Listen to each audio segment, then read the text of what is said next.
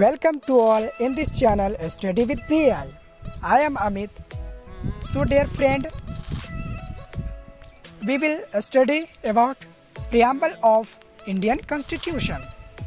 लेकिन उससे पहले स्टडी विद VI की चैनल शेड्यूल की बात कर लेते हैं, क्योंकि बहुत सारे फैंस कंफ्यूज हो जाते हैं किस दिन वीडियो अपलोड होने वाले हैं स्टडी विद VI चैनल पे। तो every Monday study and job information with Sumit, and every Wednesday tech knowledge and update with Prince and Shubhan. Every Saturday general knowledge and explain topic. This episode is my episode. Okay dear, अब हम topic पे बात करते हैं। आज हम भारतीय संविधान की प्रस्तावना इन पे चर्चा करने वाले हैं। तो पहले रीड कर देते हैं, फिर समझने की प्रयास करते हैं। तो start now, don't be late. हम भारत के लोग भारत को एक संपूर्ण प्रभुत्व संपन्न समाजवादी पंथनिरपेक्ष लोकतंत्रात्मक गणराज्य बनाने के लिए तथा उसके समस्त नागरिकों को सामाजिक, आर्थिक और राजनैतिक न्याय, विचार, अभिव्यक्ति, विश्वास, धर्म और उपासना की स्वतंत्रता, प्रतिष्ठा, अवसर की क्षमता प्राप्त कराने के लिए तथा इन सभी में व्यक्ति की गरिमा, राष्ट्र की एकता, अखंडता सुनिश्चित करने वाली बंधुता बढ़ाने के लिए अपने इस संविधान सभा में आज तारीख 26 नवंबर 1949 ईस्वी को एतत् द्वारा अपने इस संविधान को अंगीकृत, अधिनियमित और आत्मार्पित करते हैं। अब हम समझने की कोशिश करते हैं, प्रयास करते हैं। ओके, तो फर्स्ट ऑफ ऑल हम भारत के लोग, इनसे ये पता चलता है कि जो भारतीय संविधान में सबसे अधिक अगर शक्ति है तो वो भारतीय जनता को है, भारतीय लोगों के ऊपर। भारतीय शासन व्यवस्था किन पे आधारित है? भारतीय जनता जो चाहेगी वही होगा। नेक्स्ट, हम भारत के लोग भारत को एक संपूर्ण प्रभुत्व संपन्न, देखिए ये बेहद इंपॉर्टेंट लाइन है, भारत को एक संपूर्ण प्रभुत्व संपन्न। आप सभी को पता है आज़ादी से पहले हम सभी ब्रिटिश हुकूमत के अंडर कार्य कर रहे थे, क्या योजनाएं बनानी है, क्या रणनीति होनी चाहिए देश की।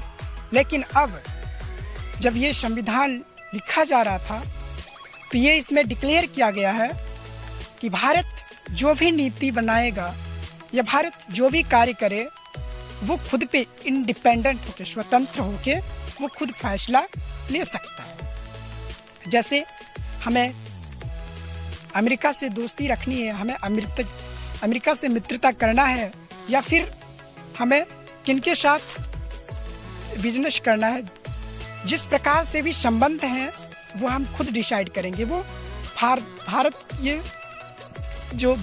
ये जनता द्वारा चुनकर भेजे जाते हैं भारतीय लोकसभा में, तो वो डिसाइड करेंगे कि हमें किनसे संबंध रखना है। तो ये हो गया इनका अर्थ, संपूर्ण प्रभुत्व संपन्न।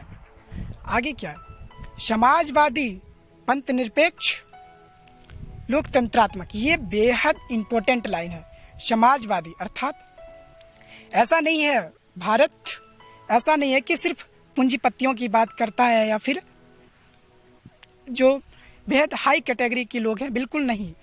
भारत समाजवादी, भारतीय संविधान में समाजवादी वर्ड का उल्लेख किया गया है। भारत सभी को एक समान रूप से ट्रीट करता है, एक समान रूप से सभी को अवसर दिया जाता है।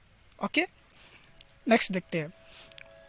समाजवादी पंथनिरपेक्ष अर्थात धर्मनिरपेक्ष। भारत का कोई अपना धर्म नहीं है।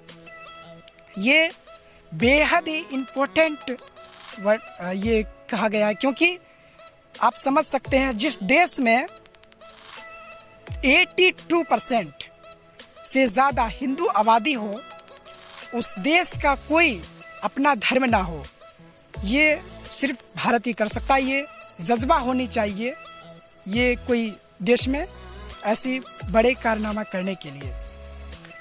ओके, तो एक बार रीड कर देते हैं। हम भारत के लोग भारत को एक संपूर्ण प्रभुत्व संपन्न समाजवादी पंथनिरपेक्ष लोकतंत्रात्मक क्या है डेमोक्रेसी। आपको याद होगा वो अब्राहम लिंकन का सेइंग, लोकतंत्र जनता द्वारा जनता के लिए जनता का शासन। कहने का अर्थ ये है कि ये भारतीय जनता डिसाइड करेगी। मैंने आपको पहले ही कहा था कि भारतीय संविधान में जो सबसे ज़्यादा शक्तियां अगर किन्हीं को प्राप्त है तो वो भारतीय जनता को। तो यहाँ पे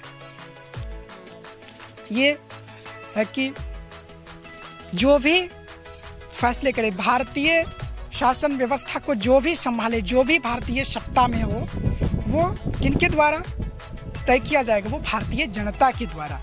ओके, नेक्स्ट, गणराज्य अर्थात इस देश में दो प्रमुख होते हैं ना, एक वास्तविक प्रमुख और एक संवैधानिक प्रमुख, राष्ट्रपति और प्रधानमंत्री। तो जो सबसे बड़े पद है राष्ट्रपति, ये उनका पैतृक पद नहीं है, ये एक अनलिमिटेड पीरियड के लिए भी है, याद रखेंगे।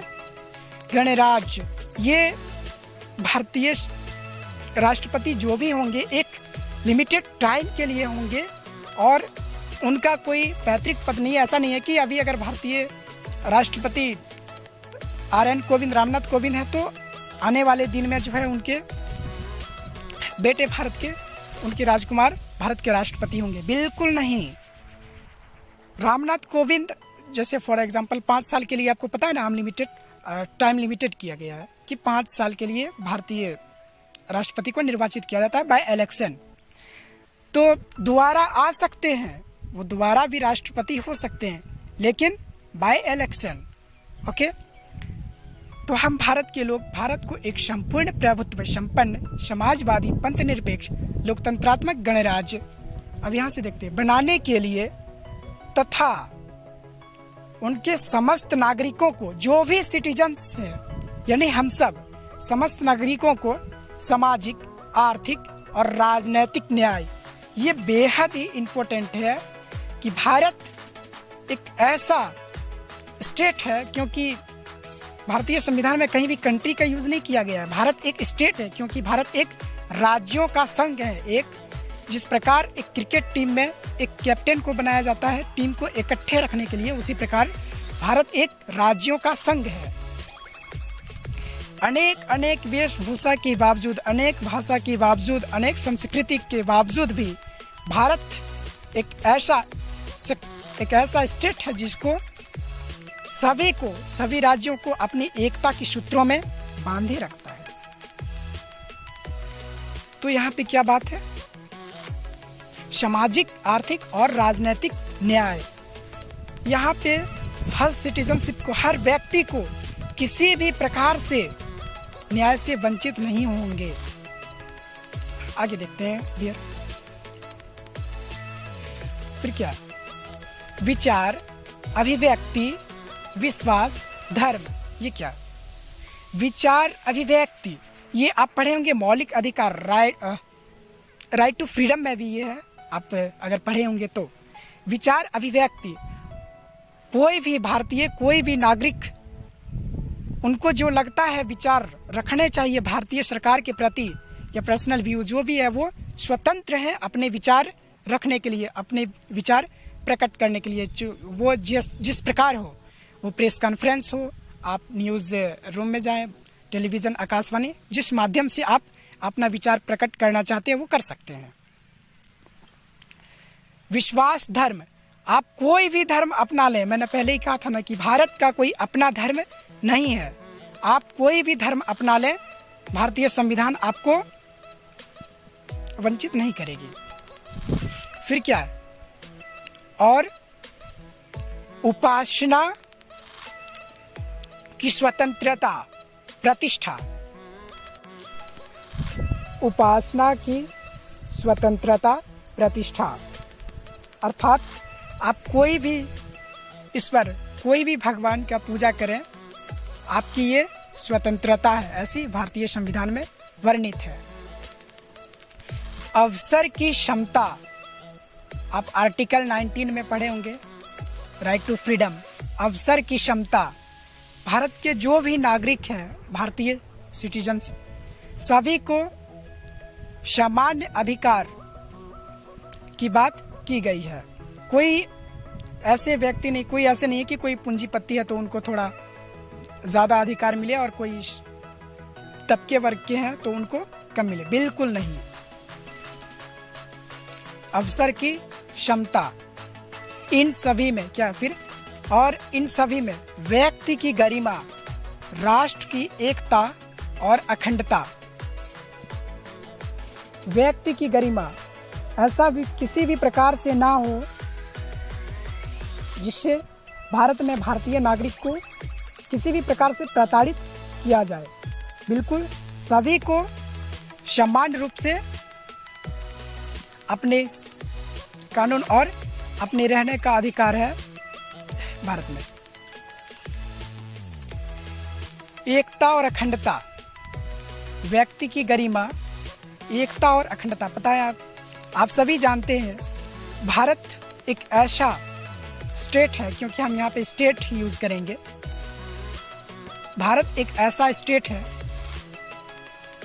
जिसके अंदर विभिन्न प्रकार के, विभिन्न संस्कृति के लोग रहते हैं। इसके बावजूद भी भारत एकता के सूत्रों में बंधा हुआ है।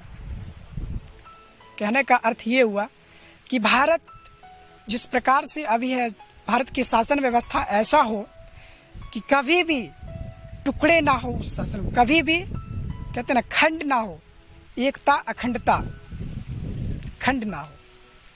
ओके, और क्या, एकता अखंडता सुनिश्चित करने वाली, बंधुता बढ़ाने के लिए,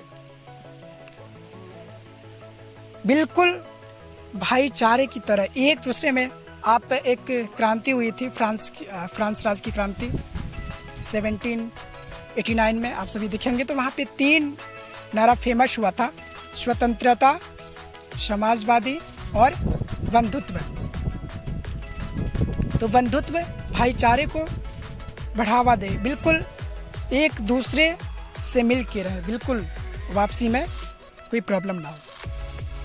फिर क्या, बंधुता बढ़ाने के लिए अपने इस संविधान सभा में ये वे लोग कह रहे हैं जो उस समय जब भारतीय संविधान को स्वीकार किया जा रहा था, सभी अपने आप को भारतीय जनता की रिप्रेजेंटेटिव मान रहे थे, और वो ये जो 284 मेंबर थे भारतीय संविधान सभा में, वो कह रहे हैं क्या, अपने इस संविधान सभा में आज तारीख 26 नवंबर 1949, उस दिन की बात की जा रही है जब भारतीय संविधान को स्वीकार किया गया था। 26 नवंबर 1949 एतत् द्वारा अपने इस संविधान को अंगीकृत, अधिनियमित और आत्मार्पित करते हैं। अर्थात इस भारतीय संविधान को एतत् द्वारा, खुद के द्वारा, जो रिप्रेजेंटेटिव हैं वो ये दर्शाने की कोशिश कर रहे हैं कि भारतीय जनता के द्वारा, खुद के द्वारा अंगीकृत अर्थात स्वीकार, अधिनियमित। अभी जो भारतीय संविधान लिखकर तैयार हुआ है उन्हें भारतीय शासन व्यवस्था इसी पे आधारित हो लागू किया जाता है, लेकिन जरूरत के हिसाब से अगर भारतीय संविधान में संशोधन करने की आवश्यकता हो तो वो बिल्कुल की जाएगी। अधिनियमित और आत्मार्पित करते हैं, यानी खुद को भारतीय संविधान के प्रति एक तरह से कहें तो सौंपते हैं, ये स्वीकार करते हैं। आपको पता होगा ये एक बेसिक कॉन्सेप्ट है। भारतीय प्रस्तावना को, भारतीय संविधान के प्रस्तावना को भारत के प्रथम प्रधानमंत्री पंडित जवाहरलाल नेहरू ने भारतीय संविधान की प्रस्तावना को भारतीय संविधान की अंतरात्मा ये कहा था कि ये जो प्रस्तावना है ये भारतीय संविधान की अंतरात्मा है। First prime minister of India. और आप सभी को एक इम्पोर्टेंट बात जो पता हो, भारतीय संविधान में एक बार, भारतीय संविधान में तो बहुत बार संशोधन हुआ है, लेकिन भारतीय संविधान की जो प्रियम्बल है इनमें एक बार सिर्फ संशोधित किया गया है और इनके दौरान 3 वर्ड ऐड किए गए। ये 3 वर्ड पहले नहीं थे। समाजवादी, सोशलिस्ट, सेकुलरिज्म, पंथनिरपेक्ष और अखंडता, ये 3 वर्ड नहीं थे। 1976 में संशोधन किया गया भारतीय संविधान के 42वें संशोधन में। ओके, डेट याद रखेंगे, ये बेहद इम्पोर्टेंट है। हर एग्ज़ाम या कहीं ना कहीं आप देखेंगे इस प्रकार से प्रश्नों को। तो एक बार फिर से रीड कर देते हैं ताकि प्रॉब्लम ना हो समझने में। देखिए, आप पढ़ेंगे तो कितनी प्राउड फील होती है इस प्रकार से। भारतीय प्रियम्बल को बिल्कुल निचोड़ कर लिखा गया भारतीय संविधान से, हर जगह से लिया गया। नीति निर्देशक तत्व, मौलिक अधिकार और भारतीय संविधान के आधारभूत ढांचा, हर क्षेत्र से इनमें ऐड किया गया है और एक प्रियम्बल तैयार किया गया है।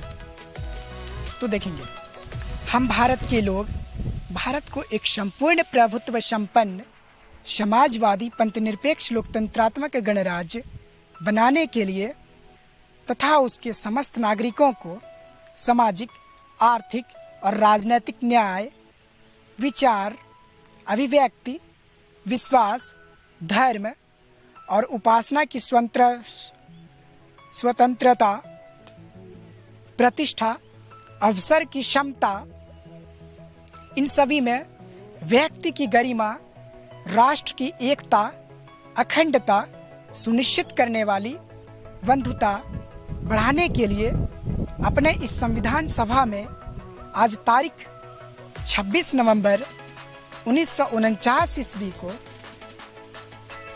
अपने इस संविधान को एतत् द्वारा अंगीकृत, अधिनियमित और आत्मार्पित करते हैं। आई होप ये टॉपिक आप समझ गए होंगे, प्रियम्बल ऑफ इंडियन कॉन्स्टिट्यूशन। इनसे कुछ इम्पोर्टेंट क्वेश्चन है, जैसे अगर आपसे कोई प्रश्न करे भारतीय संविधान के 42वें संशोधन में कौन से वर्ड प्रियम्बल में ऐड किए गए, तो ये 3 वर्ड हैं, सोशलिस्ट, सामाजिक, पंथनिरपेक्ष, सेकुलरिज्म और अखंडता। 42वें संशोधन 1976।